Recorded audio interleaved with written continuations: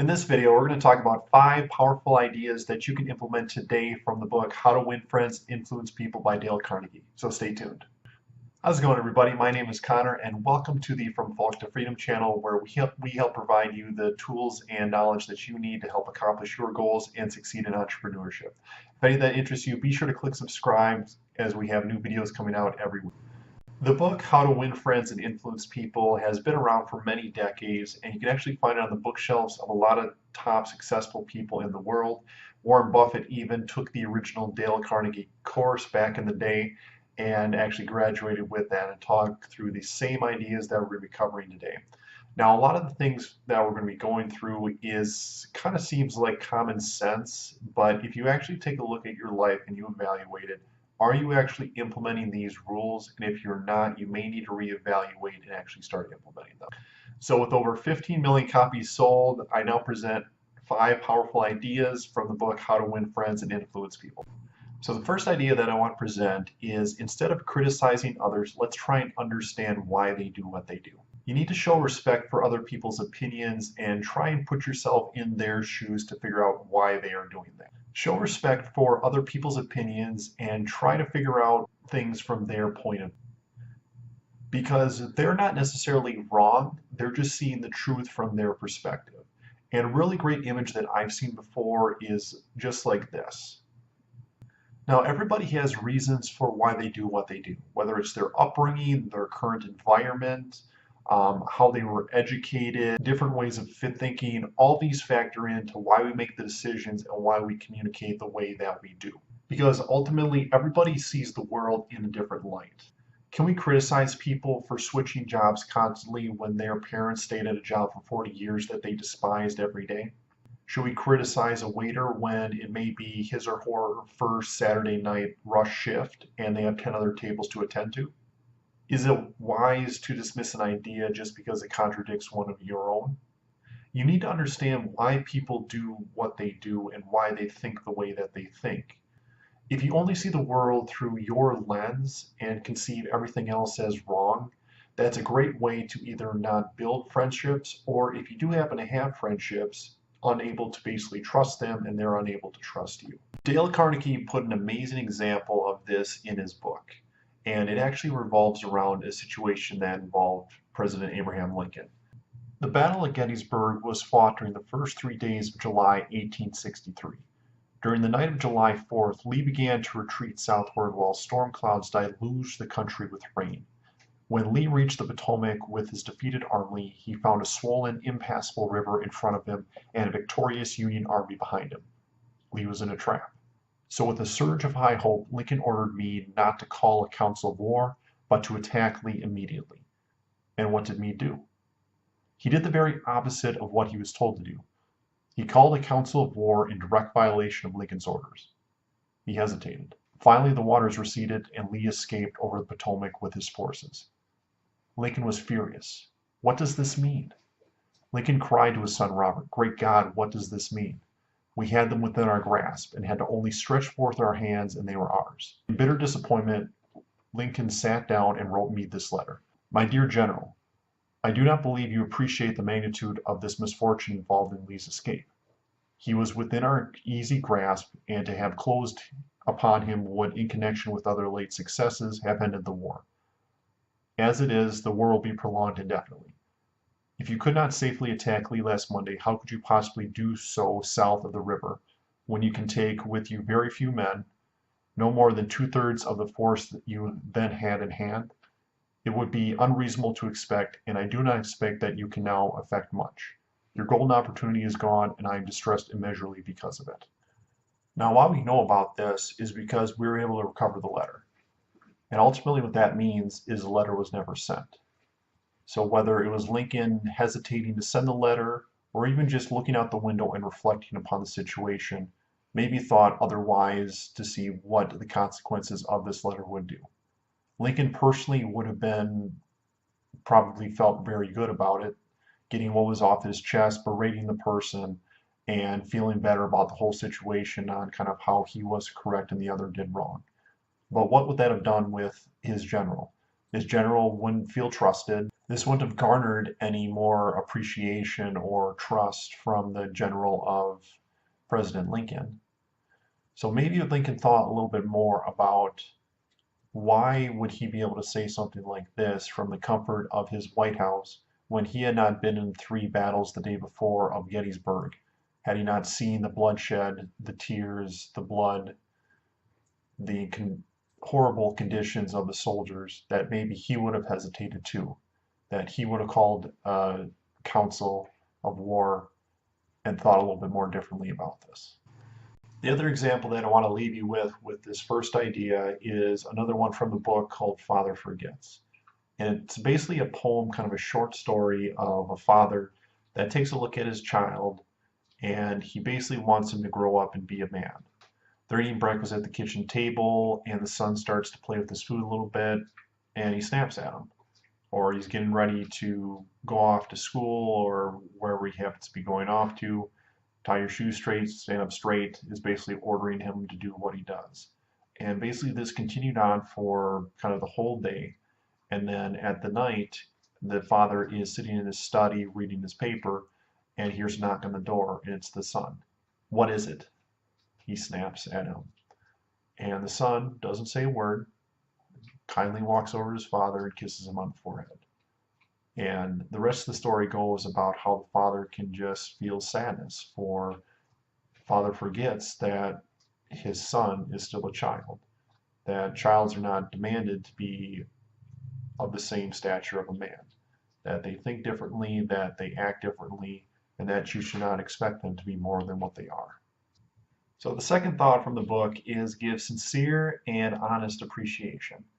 And this actually took a couple different forms in the book as well. One being kind of as the thought process of a manager, for example, or kind of an overseer at a job, is even if somebody makes very small improvements in their work, is give them a compliment and appreciate their improvement. Now think of the last time that you had somebody appreciate something that you did for you. How did that make you feel? Did it feel like you want to do more for that person or help them out again? Did you feel like you would go further in your help for that person than you would compared to somebody else? The deepest need that we feel is that of we want to feel important, that we are not just another face in a crowd, that we are indeed our own person. It can take a lot of different forms. You take maybe a kid in elementary school that, let's say, is acting out or they get in trouble a lot, is they're trying to get that attention and that recognition of basically importance. Now it's kind of negative attention, but it's attention nonetheless, and they kind of in their own right feel important and they feel of value in that situation. Or sometimes you see all these people with kind of the flashy cars, the flashy houses, and maybe they're actually broke in real life, but they want to give the appearance of importance. So they have all this stuff and they kind of give the vision and the glam of what they have, but in reality, they just want to feel important just like everybody else, and they're going through extraordinary means and going broke themselves in order to do that. Now, there's a pretty cool story in the book that went through a very nice example with this. And basically, there was a wife in a church group, and the church group leader basically tasked all the different people in the group to go back to their spouse and ask them 6 things that they can do to improve. So the wife did this, went back home and talked with the husband about 6 things that she can do better. So the husband thought about it, went overnight. Now, I want you to stop and I want you to think about the same situation with your significant other. Is how would you respond to this situation if you were the spouse in that situation receiving this question? So the wife wakes up the next morning and finds 6 roses at her bedside in a note saying, I could not think of 6 things to change about you. I love everything and the way you are.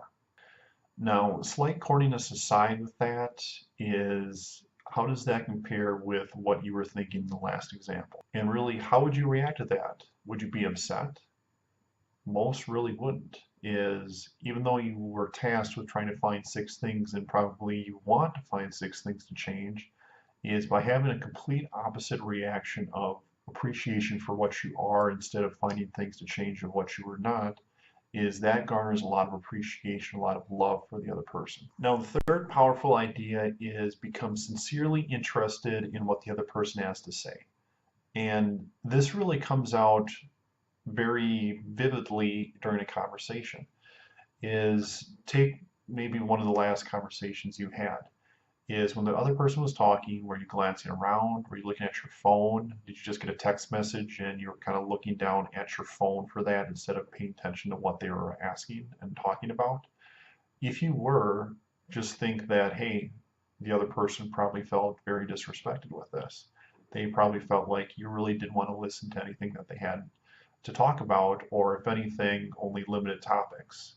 And really what this perceives as really all these other things that you're paying attention to are more important than the person that you're talking to. What you're going to want to do is give the other person your full attention and be sure that there's no distractions, that you're actually taking in everything that they have to say and actually want to learn more from what they're talking about. What you want to do is give the other person your full attention and actually want to figure out what the other person has to say and learn a little bit more about it. And what you're going to see is their body language is going to relax a little bit more. They're going to feel more comfortable and talk more openly. They're not going to kind of seem closed off. And they're going to be talking more genuinely. And you'll see their eyes light up a little bit more as they're going through their exact experiences and elaborating a lot more in detail on what they have to offer. I had this one interaction at work that basically coincided with this idea very vividly. And basically what happened was it was kind of early on in the workday, and the night before I had gotten a lot of sleep. So I was at my workstation, I had my earbuds in, going to town on kind of my work, and I had a coworker come up to ask me a couple questions about how to help out a customer. And kind of what I did was one earbud out, other earbud out, kind of look down, turn off my iPad, and I kind of just like slowly turned to take a look and answer his question. And immediately when he saw that, he said, "Hey, you're busy. All right, I'm gonna leave." And basically from there, I was kind of like in shock. I didn't really know what had just happened. But then I thought about it and I offended him in some way. So what I did was I followed him, tracked him down, and I apologized. Because even though like I was tired and had all these other things happen, is that when even if I wanted to answer his question, which I did, I'm happy to help out everybody that I work with, is everything that my body language told him was basically saying, go away. And basically from that point on, when everybody comes to my desk, asks me a question, or wants to talk, anything like that, and either I'm doing something or have earbuds on, immediately off, I'm done with what I'm doing, I'm looking at the person, I'm focusing on them, they have my full attention, and they know body language, everything is that I want to hear what they have to say, I'm interested in what they have to say, and I want to help them out to the best of my abilities, no matter what my situation, how much sleep I got, if I have other work to do, is I'm focused and I give them my full attention. So the fourth idea is be a good listener and let the other person talk more about themselves. And kind of other ways that went kind of along with this in the book were talk in terms of the other person's interests and also to let the other person do a great deal of the talking. And kind of when I was going through this, what kind of struck me was I was thinking about all the people that I know that, and you probably have a fair amount like this as well, that you know that any topic that gets brought up or any discussion that's had is the same person always has something to input to the conversation. They've either always been in that same exact scenario or kind of almost like outdoing what the last person said is they talk about how their situation was either so much worse or they had to go through this or they had to go through that. And a lot of people in those circumstances, sometimes they don't even realize they're doing it. They have no malicious intent by it. Is either that's kind of how their demeanor is they like to input, they like kind of feeding off the conversation, things like that.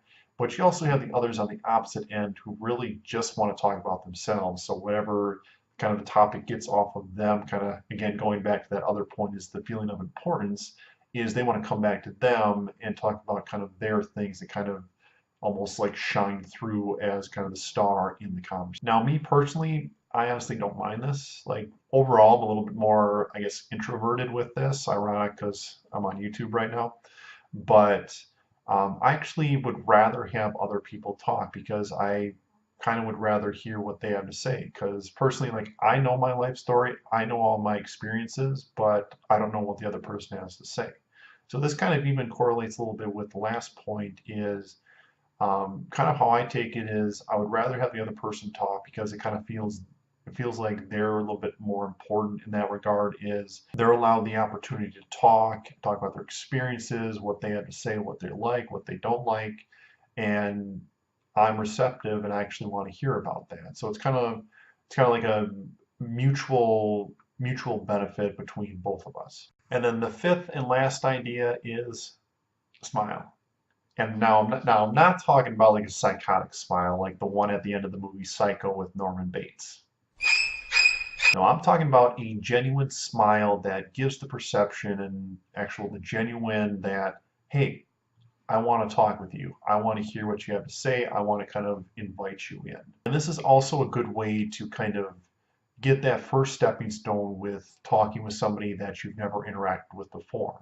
Is if you come up to them with a frown, they're a little bit less receptive. They still might find out you're an awesome person, but if you have a little bit more of a frown on your face than a smile, there's still kind of a little bit of that kind of hesitation in there. Versus a smile is a little bit more open, a little bit more relaxing in the realm of the conversation. Now, me, for example, this is what I call, I guess, my default face, is my normal walking around. This is kind of the face that I have on. And I had that during high school, I had that during college, I had that now when I kind of walk around at work. And to be honest, it doesn't really invite in a lot of people because people take a look at that and say, probably they think to themselves is, hey, Connor's probably in a bad mood or he doesn't want somebody talking with him, even though it's quite the opposite, is I would like to say hi. I would like to have all these other things happen. It just happened to be that kind of my body language and my lack or and my kind of frown, so to speak, basically kind of gave a different message. So a little thing that I tried, and definitely you guys can too, is just when you're walking down the halls or you're walking around in public and you come across somebody, just smile at them. And you don't necessarily have to say hi every time. I mean, if it's somebody that you want to get to know, say hi, kind of, hi, how are you? How are you doing today? Things like that. But if you just simply give somebody a smile, they're a little bit more receptive and you can actually kind of change their day a little bit or even kind of their attitude in that moment. And probably the biggest example that I can see of the effects of smiling is Disney World. And you take a look at that, all the employees across the entire park are all smiling. They're all kind of in a cheerful mood, they're happy, and they want to give the best experience for all the people that come to their park every single day. Now, smiling for 12 hours might make you a little bit dead inside, but nonetheless, is when you go to Disneyland, minus kind of all the maybe potential headaches if you have kids and kind of managing of everything is it's ultimately a genuinely happy experience is all the people are delightful, they're happy, and if you have all the people doing that is it makes a very happy and great environment. So something basically that you can try with that is just smile when you walk by somebody. Don't necessarily have to say hi, but just smile at them and you'll find that they'll probably smile back. And maybe the next time that you see them, they might even say hi before you do. And that's basically just inviting friendship from people. And kind of one example of this is just ask yourself, if you went to a bank and it was basically you were next for talking with the bank teller. So you're smack dab in two different lines. You have two bank tellers. You have one which basically has this look on their face like, I want to go home. And you have another line with another teller that is happy and cheerful and has more of an inviting attitude. Which would you prefer? Would you go to the one that kind of snarly looking, even though they might just be content with their day, or would you rather go to the one that's smiling and looks a little bit more happy? Smiling is so simple, yet can have such profound impact on your life. Thanks everybody for watching. Hope you got a lot of value out of this, and be sure to give it a thumbs up if you did and enjoyed the video. And be sure to subscribe if you want to see more videos like this, new videos every week. And let me know down in the comment section which idea resonated with you the most. Thanks everybody, and have a great rest of your day.